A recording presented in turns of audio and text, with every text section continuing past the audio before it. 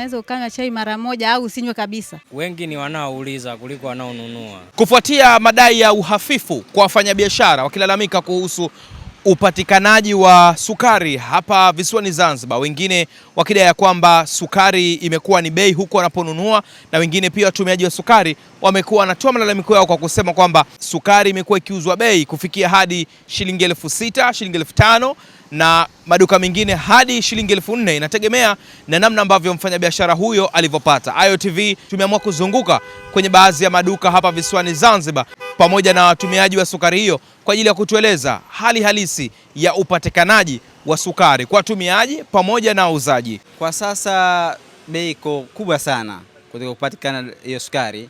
Kiwango kikubwa anachosema kuwa ni 160,000, lakini ndio bado ni shida. Ndio kwa sisi kutokana na sasa hivi kidogo tulivyopata hii siku ngapi hizi tunaweza kilo mpaka 4,000, 5,000, kwa hiyo ndio hapo hatujazidisha bado. Sukari imekuwa changamoto kwa sababu tulikuwa tunatengeza juisi.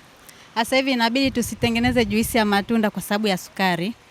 Na pia chai vile vile sasa hivi inabidi tupunguze kunywa chai kwa sababu sukari pia haipatikani. Kila kitu sasa hivi bila sukari, juisi bila sukari haiwezekani kutumia, na watu wengi watumia sukari. Hapo umetuambia kwamba wewe unatengeneza juisi, kwa maana wewe ni mfanyabiashara pia? Mfanyabiashara mdogo wa kutengeneza juisi. Lakini sasa hivi umeacha kutengeneza juisi? Sasa hivi sitengenezi kwa sababu sukari inauzwa ghali na matunda yako bei. Kwa hiyo ukinunua sukari bei, matunda bei, hupati faida. Inabidi ukae kwanza kufanya biashara, na sasa hivi hali ni ngumu. Na matumizi ya chai sasa imekuwaje? Pengine kwa siku ulikuwa unakunywa chai mara 2, mara 3, sasa hivi umekuwa unakunywa mara ngapi kutokana na uhafifu wa kupatikana kwa sukari?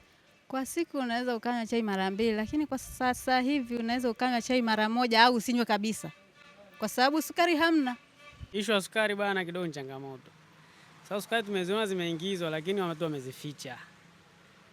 Kila ukienda kwenye maduka kuambia hamna, lakini sukari tumeziona kwamba zimeingizwa kwa za kutosha, lakini ndio hivyo. Sisi wafanya biashara dogo wadogo, ina maana sie inakuwa lawama natumwagia sie, kwa sababu sie ina maana wanajua kwamba sie ndio sukari tunaenda kuitafuta huko, aliyakuwa ina maana kuna sie tunaenda kuchukua kwa maduka ya jumla na sie tuje kuwauzia reja huko. Kwa maana hiyo wao wanakuwa watushia sie lawama. Leo sijui la sukari imepotea. Sie tunanunua kwa 100,000 na shilingi 60,000. Na juzi pia ilikuwa 100,000 na shilingi 70,000. Lakini wafanyabiashara ambao tunaowauzia wateja wetu wadogo inabidi hata tukomae nao tu hivyo. Sasa sometimes nawauzia shilingi kilo moja kwa shilingi 1,000 na 4,000. Wengine wanauza mpaka shilingi 6,000, wengine 5,000. Nategemea na unaangalia tu, ina maana vile mwenyewe unavyotaka upate kwa wale wateja wako. Wateja wanalalamika, asema bei ya sukari ni kubwa, wengine wanasema sisi kuna bei elekezi, hata sisi wameipata wapi wao. Sasa ndio tunapambana nao hivyo, wanaoelewa wanaelewa, ambao hawaelewi ndo kama hivyo. Na wengi sasa kwa uzoefu wako wanaouliza ni wengi wanaonunua au wanauliza ni wengi wanaona bora waache kununua? Wengi ni wanaouliza kuliko wanaonunua. Ina maana hata hali ya ununuaji badilika.